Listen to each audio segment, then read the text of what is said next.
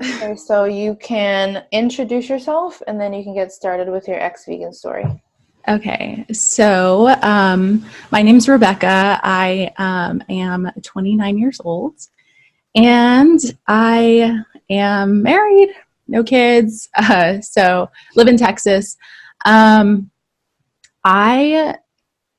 got into veganism. I guess I'll just jump into it, but it started after high school. I was a competitive swimmer all through high school and not really focused on nutrition at all, but like knew about like working out and all that stuff and like how to do it right. And then after high school, I had lost a lot of muscle, a lot of weight in general, and realized very quickly that because I didn't have the muscle mass that I couldn't eat the same way because I know there's a lot of like the Michael Phelps diet. Well, it's very true with swimming. You have to eat a whole lot of calories. And so I had to significantly cut down on that, and I started to pay attention to what I ate.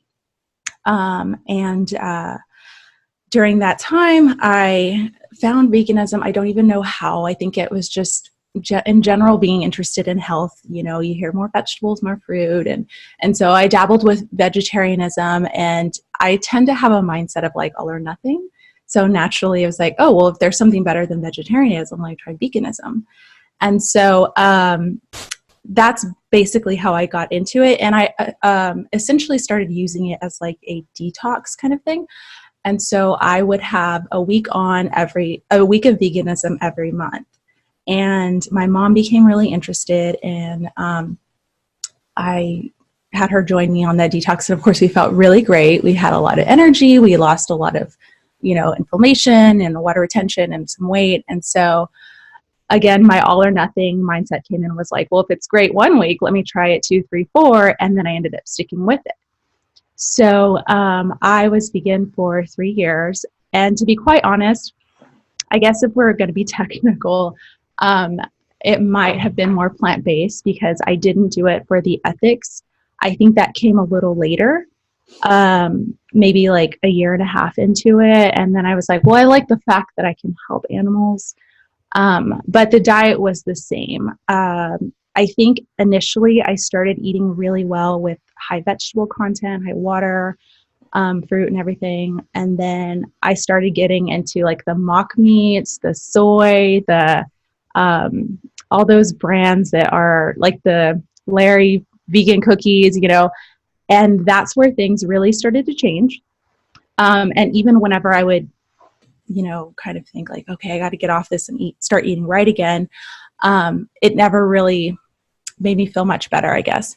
I had gained a whole lot of weight. Initially, I lost weight. Not that there was much to lose, but just to give kind of some perspective, I'm 5'5", and my happy place is between 115 and 125, as far as like my proportions. And then doing it, I think I was about 2 years in, maybe a little less actually.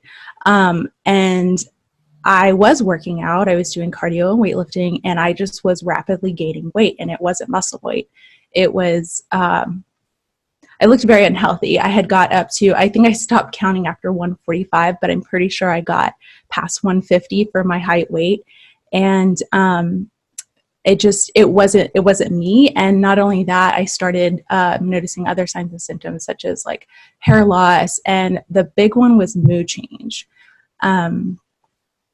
I am pretty much like a happy-go-lucky kind of person, like looking on the bright side. I really don't have too many bad days. But when I started getting into it, like when my body started changing and my hair loss, of course that affected my self-esteem.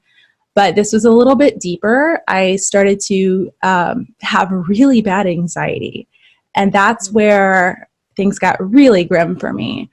The anxiety hit quickly. and panic attacks were next, which I'd never known the power of a panic attack. And then depression was the third one. And it started to alarm my friends and family around me. You're different. I don't know what's going on. And not to go too far too fast, but I started having I don't want to be alive anymore, which is way not like me. So I think for me, the biggest was the mood and the mental aspect of it. And I don't think it was because my self-esteem issues, because I was heavier than I had been before. I think it was more, honestly, the changes in my gut and diet, which I'll get into here now. In between that time when I had a lot of those mood changes, the anxiety, depression, panic attacks, we were moving from my hometown to 3 hours north where we don't have any family. And, I think that aggravated the situation. But like I said, when I started having ideations of wanting to die, I was like, I need to see a doctor, somebody who knows what they're doing, who knows about diets. Because all this time I had been seeing conventional doctors, and their solution, let me back up a little bit. I did have GI issues as well. I was always nauseous, heartburn, all these things. Heartburn beyond belief. It would keep me up all night. I couldn't eat anything besides white rice and avocado. So they were saying it's just indigestion, it's just heartburn, but why? Why was this happening?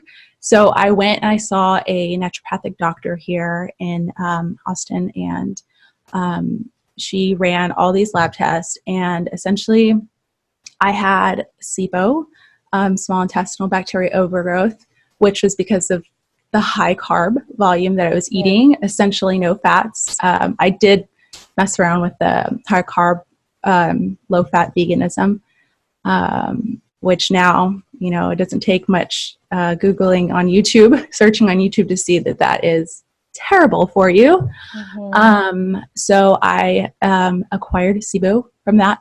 And then I actually brought my lab results with me just in case, but my vitamin D was incredibly low. It was, I don't know if I want to even get into that, but it was very, very low. My hormones were crazy. My estrogen was super, super high. Hardly any progesterone. And I can't think of everything off the top of my head right now, but I was a chemical mess in my body. Mm-hmm. And, it was a long journey. It was about a year journey, to get everything balanced again. I was depleted in a lot of minerals. My ferritin was very low as well. My iron and ferritin, always tired. Thankfully, I never lost my cycle, but I honestly don't know how I kept having one with my iron so low and ferritin. And so then she actually had told me what I had been eating, and I told her, I had been vegan up until a few months. Well, actually, I kind of was vegan because, like I said, all I could eat was just white rice and avocado without getting sick. And so there was the beginning. We started working on the mental health and rebuilding my body from all the nutrients that I had just deprived myself of, essentially. I say that she prescribed me red meat. It was something that I had to eat. Mm-hmm. And after getting over and strengthening my digestion, because I did have to take a digestive aid, once I started to be able to digest meat again, which is something that I've heard too, that when you deprive yourself of meat that long, that your digestion will weaken, your stomach acid will weaken. And once that built back up, I very, very quickly started to feel better. And the first to go was my anxiety, panic attack, and depression, which was awesome because I had never been that low in my life. And I wouldn't wish that on my worst enemy. But yeah, that's kind of like a recap of everything that happened and why I man, I wish I would have never done that. Had I known everything that I would go through, and that being the worst time in my life, I would have never done it. Yeah. Yeah, so can I ask you if you were on any supplements? Like, did you take B12? Did you try and supplement with anything? Yeah. During my vegan time? Yeah. No, I didn't. No? I subscribe to the idea of you can get everything from plants. You just got to eat a good variation, a variety. And like I said, I did do that for a while, and then I got hooked up on the whole mock meats and all that, and sprinkle some nutritional yeast for the B12 and Okay, so there's B12 in the mock meats and stuff like that too, like the fortified vegan foods. I only ask because everybody's always like, oh, well, they didn't take B12, so that's why. But people who take B12, they have the exact same symptoms. They still fail. So I don't think it makes much of a difference. It might help people prolong it a little bit, but it doesn't do much. Yeah. And I mean, just going to that naturopathic doctor, I did learn a whole lot. And if at any point I say anything that's incorrect, I mean, let me know, please. I want to be sure that this is as factually sound as it can be. But I had learned that there was a difference between B12s, like the methylated forms. And I don't think that the mock meats and the nutritionalists have the methylated forms. I'm not so sure they're the ones. Yeah, they tend to use cobalamin, so it's not methylated, but even the vegan doctors can agree on which form of B12 is more absorbable. I know Dr. Greger prefers the methylated form, but so for example, like my B12 levels weren't improving at all, and I was taking the spray like almost every single day, and I was letting it absorb under the tongue so it can go right into the bloodstream. Everything that he says to do, my levels weren't improving. I had gotten 2 B12 shots to try and improve my levels. That didn't work either. My B12 didn't improve until I started digesting protein properly. And getting it through the diet, because you absorb it in the small intestine. So there might not be a lot of research on that, but what I'm suspecting is that the body has affinity to absorb B12 in the small intestine. So if you're not getting it from protein and from proper digestion, you're just not assimilating it properly. Yeah. And that, other than, I keep saying, like, the mental health, that was like my biggest thing, was my digestion was awful. I mean, like, when I say I couldn't eat anything but white rice and avocado and tofu, because I would wrap it up in a seaweed and stuff. That was my diet for a good portion of, like, after I had gotten sick. Anything outside of that, I would either feel incredibly nauseous, and it would just, like, sit in my stomach for hours, like 4, 5, 6 hours. I would eat one meal and it would feel it there. And a lot of the times I would actually vomit it up because it just wasn't going anywhere. And I don't think, I didn't get a diagnosis of this, but I don't think my stomach acid was strong enough, to be honest with you, which would make sense, like acquiring SIBO, because the food kind of just, like, sits there and grows bacteria and the bad ones. And especially eating such a high carb diet, I know that kind of facilitates that process and doesn't make it any better. So bile is made from cholesterol, and you need to be eating cholesterol to be making bile. It's a circle, right? And so what I see over time is that people don't have enough bile to digest because of the lack of cholesterol, and bile sterilizes the small intestine so that bacteria can't get out of hand. And then the stomach acid, like, for example, sweet potatoes, they have an enzyme in them that actually inhibits trypsin. Trypsin helps digest protein, right? So plant material requires a lower stomach acid to be digested, and so that's why herbivores have a lower stomach acid. So essentially, by overloading your stomach acid or your digestive system with plants, you are systematically lowering your stomach acid over and over and over again, to the point of, like, your digestion just shuts down.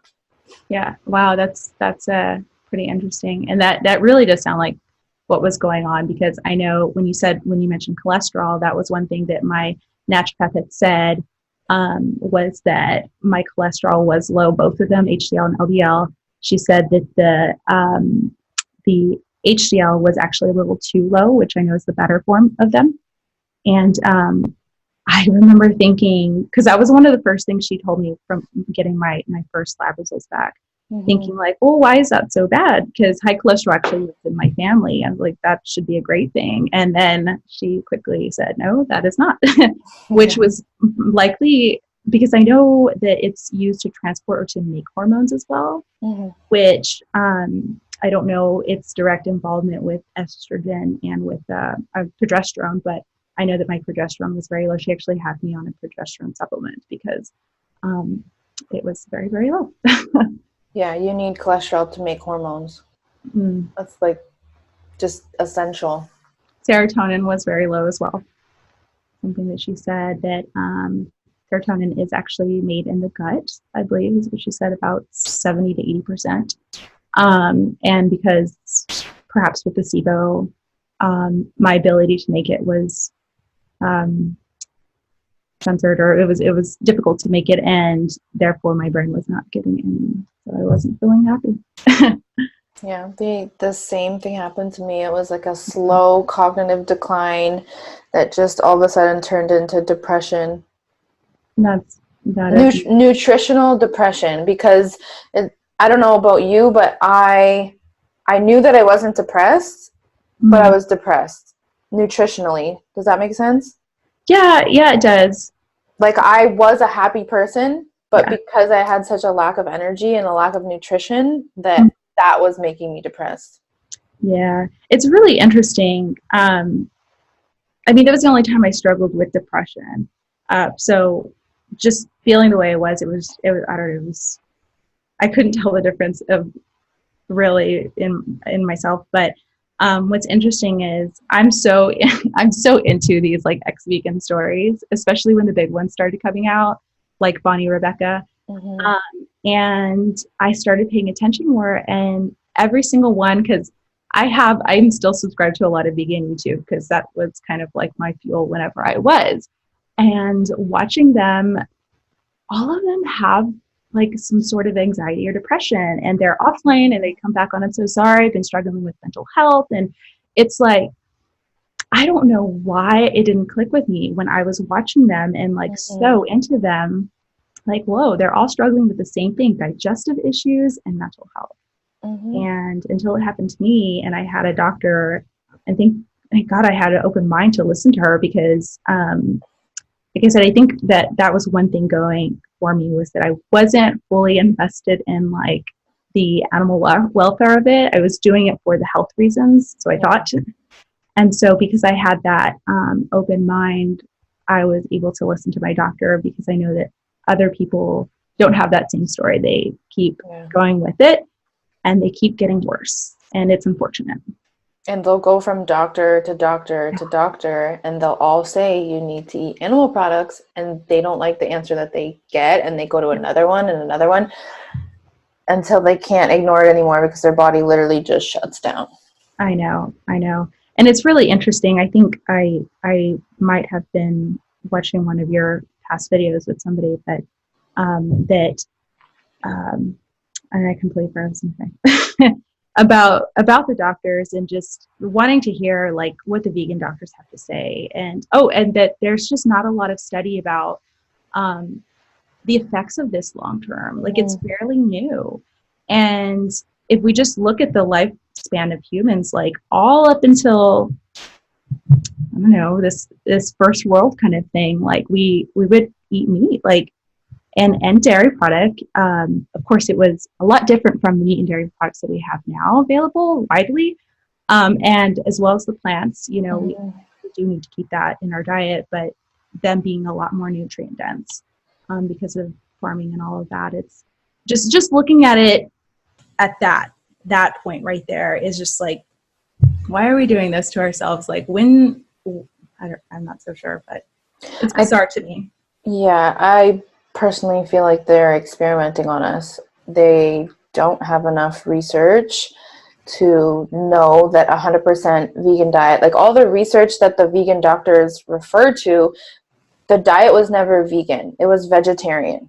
So they still had dairy, they still had eggs in their diet, and some of them still had shellfish, which are very nutrient dense. So the diets that they refer to, the Mediterranean diet and these blue zones, they weren't vegan.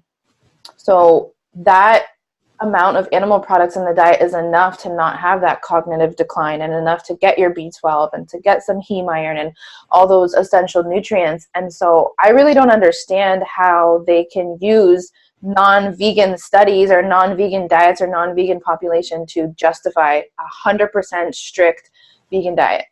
That is so true. That's so true. And in hindsight, it makes so much sense. Yeah. Yeah. So this is one of the reasons why I want to do my own ex-vegan interviews with my own nutritional spin on it.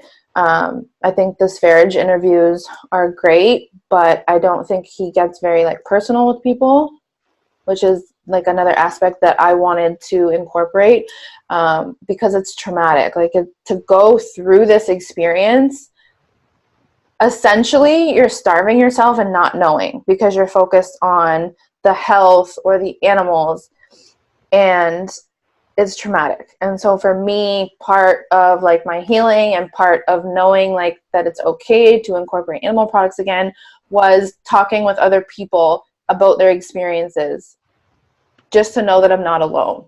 And so I think that these interviews are extremely important in switching the narrative from veganism is healthy to veganism is for the animals.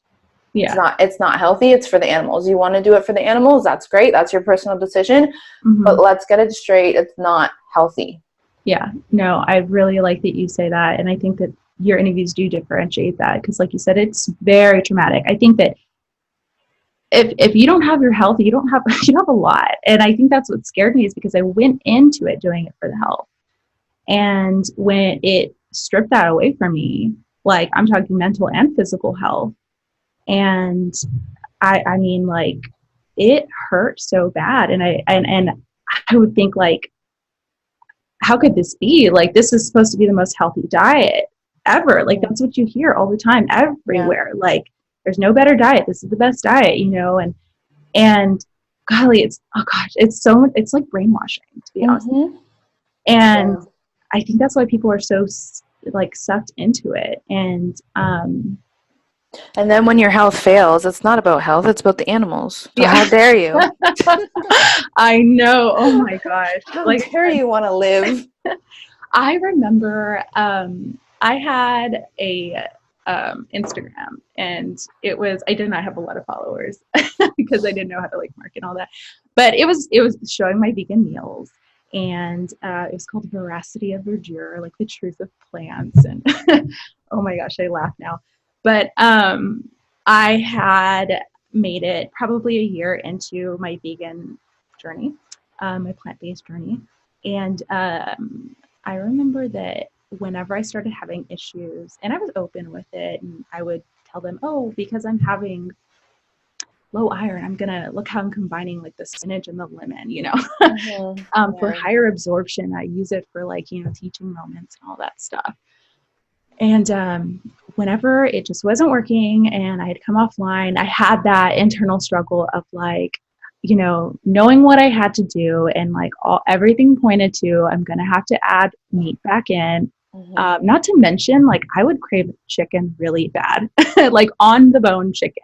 That was one of the strongest cravings I had. And so anyway, when I finally came out and I had been seeing the doctor and I was listening to my doctor and I started incorporating meat, I kind of popped in. I was like, hey, you know what? Maybe this would be interesting for people to know that might be feeling the same way. And so I started sharing, and this one girl messaged me, and oh my gosh, like vegans, like ethical vegans, it's funny that they call them ethical vegans because they can be some of the most cruelest people, and they're just so into like the whole, you know, it's a sentient being, don't hurt it, don't look at it wrong because you're going to hurt its feelings. Yet, Mm-hmm. like humans, what about us? Like that's speciesism in my opinion. Yeah, And reverse species. Yeah. yeah, and it's the most bizarrest, illogical thing ever. And there's just so many contradictions in veganism. It's just, but this one girl messaged me and she just called me every name in the book.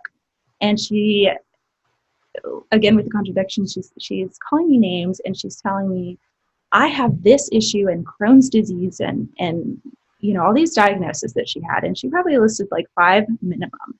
Mm-hmm. And she said that even though with all these things, I'm still persevering. And if you think that your body is more sacred than an animal's, then F you, she said. And I was just like, okay, great. And that was the night actually I deactivated that count Mm-hmm. because I was just like, I was so disgusted with her attitude. And I had seen it even like when I was in it. Like I'd seen it again and again. And I, never wanted to be that person. I never was. It wasn't preachy, like I said, because the ethics really wasn't there for me as it is for others. But yeah, I was like, that is so vile.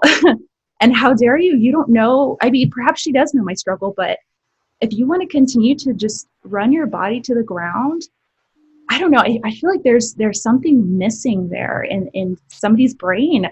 I mean, obviously, maybe serotonin, but Lots of nutrients missing. lots of nutrients. And I hear that joke being made, especially about like Freely. Like she's just so deprived of all these things. Like she's crazy. And Mm-hmm. I mean, I say that jokingly, but I kind of wonder if it's really true because it just doesn't make any sense. But It uh, definitely is true. The brain requires so much cholesterol and nutrients and like cellular energy that it just starts failing on a vegan diet. Like the brain fog and the depression and all of that, like this lack of nutrients. There's no way to like deny it. Like there's so many ex-vegan stories coming out, and almost every single ex-vegan story, they have the same symptoms with a few different ones. You know what I mean? But like the main symptoms are there.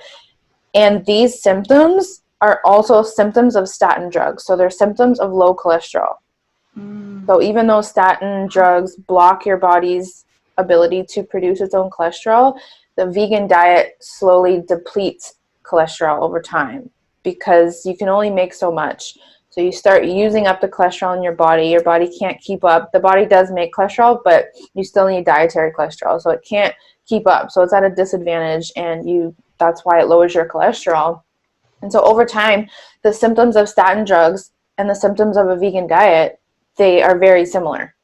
And wow. it points to low cholesterol along with a lot of other nutrients you're not getting and calories and all that. But yeah, I enjoy these interviews because I'm seeing patterns and it's helping me put all the pieces of the puzzle together as far as helping people recover from a vegan diet, and informing them on like what is happening, the steps of the deterioration. Mm-hmm. Yeah, it's really interesting. Do you interview a lot of people that have really low vitamin D from this? Yeah, it's super common, the low vitamin D. Yeah. It's a fat soluble vitamin, and so yes, like saturated fat from coconut oil can increase vitamin D absorption, but it's not the same as cholesterol and saturated fat. Mm. So it is in your diet, it's very crucial to have fat and fat soluble vitamins, and the fat soluble vitamins, they work synergistically together. So when you're just getting vitamin D, it's not the same as A, D, E, K. You know what I mean? It's not the same as eating them synergistically and with whole foods. Yeah. Yeah. One of the first things that I had, I guess, introductions like years ago.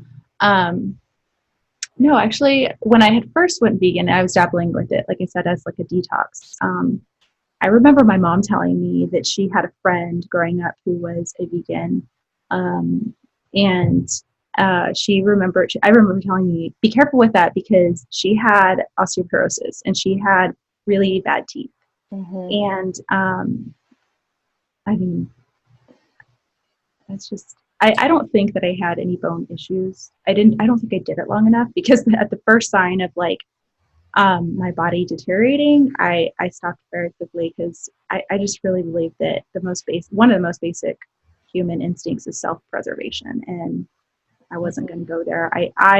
I subscribe to the idea that my body is, I'm going to save myself rather than a cow or a chicken, like, because I want to live and I want to live happy and healthy. And if that means eating, you know, a sustainably raised and grass-fed cow steak, I'm going to do it.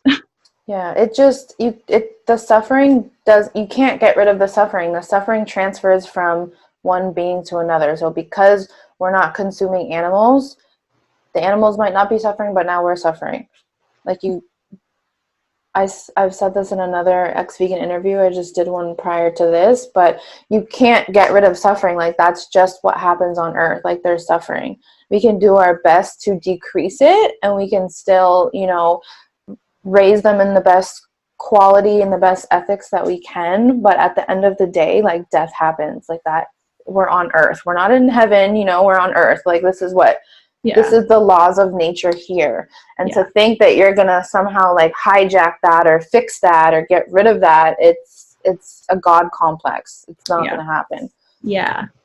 I like that you use that word, God complex, because Freely totally has that. I don't know if we could talk about other vegans so openly on this interview, but I mean, I have a specific, like, I don't ever want to like bash people and women and stuff like that, but I have a specific irritation with Freely because she influences so many young women, and she has caused so much harm with her dietary advice. There are so many comments on my Freely video of people who tried her diet and had life-threatening consequences because of it. And then there's other vegans that'll say like, oh, the reason why you got sick is because you did Freely's diet. Like, she's crazy. Don't listen to her diet. So I could only do Freely's diet for a month.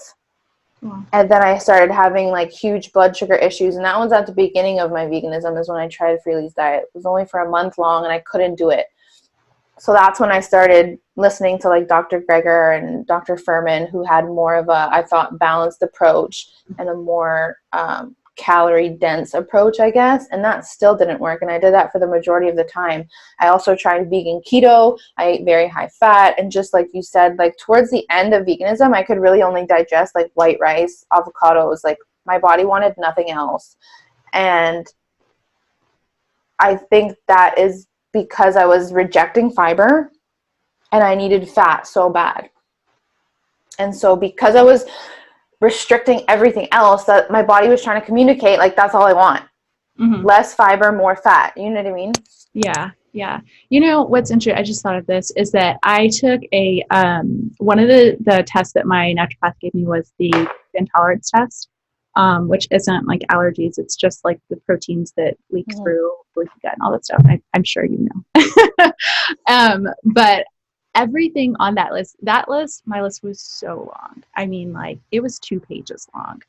And I had reactions to everything I had been eating. It was so much. I mean, I remember mushrooms, and I would have like portobello mushrooms probably 3 times a week. Brewer's yeast, nutritional yeast from all the whole wheat pastas I would eat. The things that were not on that list were greens, beef, chicken, everything that I wasn't eating. And I remember being sad about that, because, like I said, that was at the beginning of going into the naturopathic, seeing her, and being like, oh my gosh, what am I supposed to eat? This is like my diet. And that's when she had said, I really need you to eat red meat and sustain grass-fed, and eat more fat, eat more cholesterol. Don't be afraid to put grass-fed ghee on your meals and cook with it. And you know, it tastes better too. You know, I did enjoy the process of it, because it was palatable. And like I said, after the whole like digestive enzymes and getting that back up to par, I felt so much better. I did mention this, but when I wasn't able to digest anything, I went from weighing about like I said, my guess was like 150 to 155 for my height. That was really heavy. And I had dropped 40 pounds. So I had went down to 108 pounds. And that was the smallest I'd ever been. I looked so sick. And it was simply just because I would physically get ill, or I just wasn't ever hungry, or, I wasn't in a place where I could eat white rice and avocado. But yeah, that food allergy list was humongous. And it was everything that I had been eating on a vegan diet. That's the other problem feeding this movement is like, oh, you'll lose so much weight and you'll be so slim and this and that. And it's so frustrating because like women are supposed to have fat on their body. Like, this is why you're curvy. This is why you have breasts. This is why, you have a tendency to put fat in your hips and your thighs. Like, you need fat for childbearing ages. Like, your fat deposits go straight to the baby. It is essential for health and nutrition. Like, there's nothing wrong with having some fat on your body. There's a difference between healthy overall fat deposits and unhealthy fat deposits. Like, there's a huge difference. And so the unhealthy fat deposits are coming from the seed oils and the polyunsaturated fatty acids, whereas having saturated fat deposits on your body is where you're storing these fat soluble vitamins. So if you don't get them in your diet, your body's going to take it from your fat stores. And that's the other thing, is that the vegan diet depletes these fat stores over time. So that's why at first you feel great because it's a little bit of a detox. You still have those fat soluble vitamins in your body that your body can use off of. But once you deplete your stores, you crash and burn. And that's when you start seeing the decline, vegan decline. But yeah, so Freely is promoting this idea that like seeing your bones and being like so skinny and having like zero hips, and I'm not trying to shame women for not having curves. I'm just saying that if your body naturally has these curves and you get down to a weight that is like extremely dangerous for you, like this is not healthy. And trying to promote the idea to women that like being emaciated looks good and is healthy is disgusting. Yeah, it's definitely not natural. The one lady that you interviewed, I'm drawing a blank on her name, but she does the videos where vegan deterioration, I believe. Yeah. And she does the videos where she always shows the eyelids. I'd never seen that. And my eyes were really, really opened. And Ellen Fisher, I enjoy her videos still to this day, because I mean, like, who doesn't want to live like in Hawaii? And like it's really cool to see her, family and all that. But I thought, well, if there's anybody who could work on a vegan diet, it would be her, because she looks, her hair's full and all that stuff. And then I saw the video of her showing the before and after, and I was like, whoa, she really does look a little, washed out. And it might be, I think it just takes longer for some people for it to affect, because like you said, the stores, and just everybody is so, that's another thing, is that veganism, I know that I've heard it said actually, and I used to listen to a vegan podcast, and they would say a lot, and they would follow Dr. Greger, that this is a diet everybody should be vegan. This is a one size fits all, and that should have been a red flag to like up and run. And I'm trained in the medical field. I am a registered nurse, and I remember being taught that like if anybody says I have the one solution for anything, or if you hear a nurse that says I know this and this will help everybody, to run. And that's not true, because of course we're all human, but our biology is so different. Our genetics are so different. Our microbiome in our gut is so different, and that controls everything from like our mood to the diseases we develop and the way we develop and everything, and the way we process and methylate vitamins and all that stuff. And so that's another issue, I think, is that's being preached, and it's very prevalent in the vegan. Is like this is perfect diet for everybody. Look at our teeth. Look how we don't have any incisor, or like the teeth like lions. So why should we eat? And it's just it's ignorance. And I use that word because I think people are being led astray, and they really do think that this is the right thing, and they do it with all their heart, thinking it's the right thing. And until, because I did, and until you know, I crashed and burned and my health was on the line, I needed answers. And Mm-hmm. Yeah, and not only that is that like each stage of life, males, females, like everybody, you require different nutrition for different points in your life. You mm-hmm. might be going through an illness where you need a different diet plan. You might be trying to get pregnant. You need a different diet plan. You might be pregnant, need a different diet plan. You might have a specific illness that requires a specific macronutrient ratio. Like, it doesn't make sense to me that somebody in the medical field who's trained in any type of nutrition or medicine can preach the idea that a vegan diet is good for everyone, because it's just not there in the science, in the literature, in common sense, in anything. And so I agree with you that if anybody is saying that one diet fits all for everybody, every stage of life, every situation, run. Because it's they're either trying to sell something, promote something, or try and give the idea that they're a guru and they have all the answers. Because every single client that I have, I put them on a slightly different diet. Like, there's always something that dictates something else that they shouldn't eat or they should eat. Yeah. And so there's general guidelines, of course, of what's healthy to eat, what's not. But based on a situation, you will always get better results and feel better when you fine tune your diet for you. Yeah. I am a wholehearted believer in that. And even outside of veganism, it's true. Yeah. Is there anything else you wanted to say? Any words of advice to vegans who are struggling watching this video?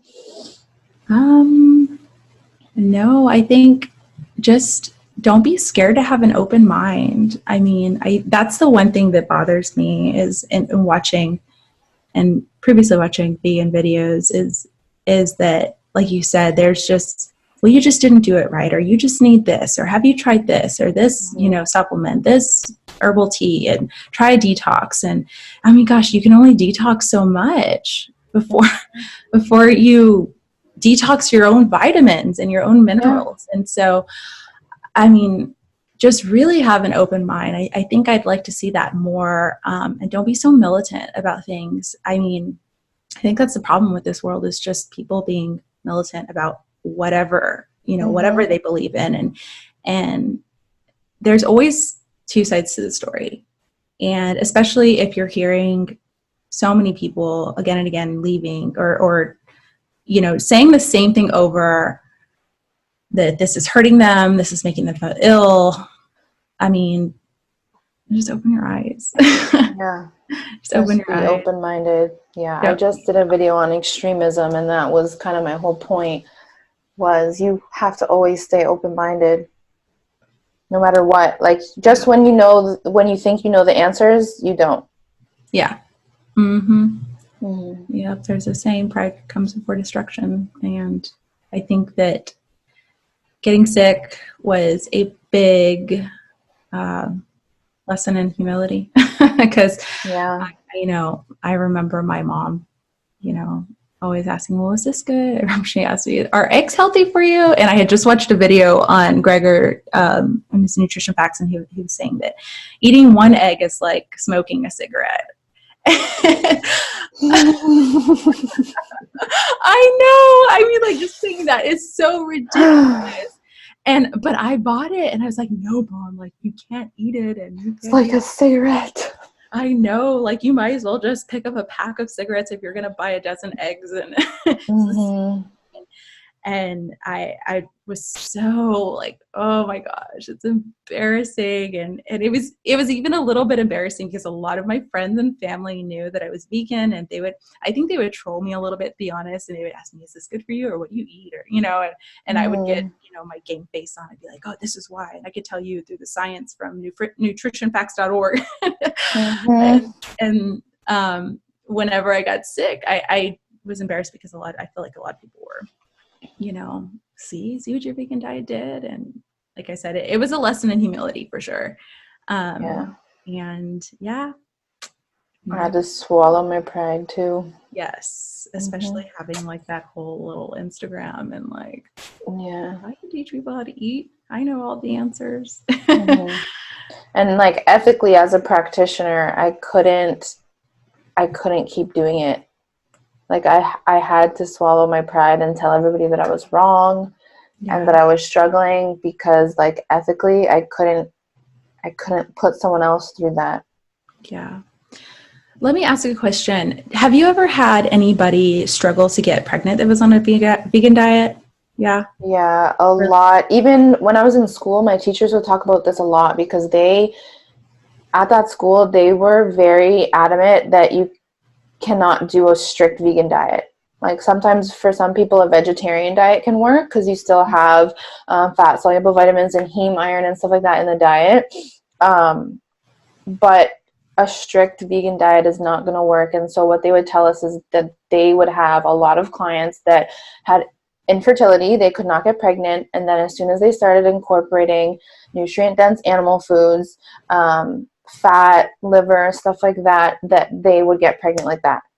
Like they didn't even have to balance out the hormones. They didn't have to go as far as herbs and stuff like that, which can be helpful in some situations, but it was just the diet.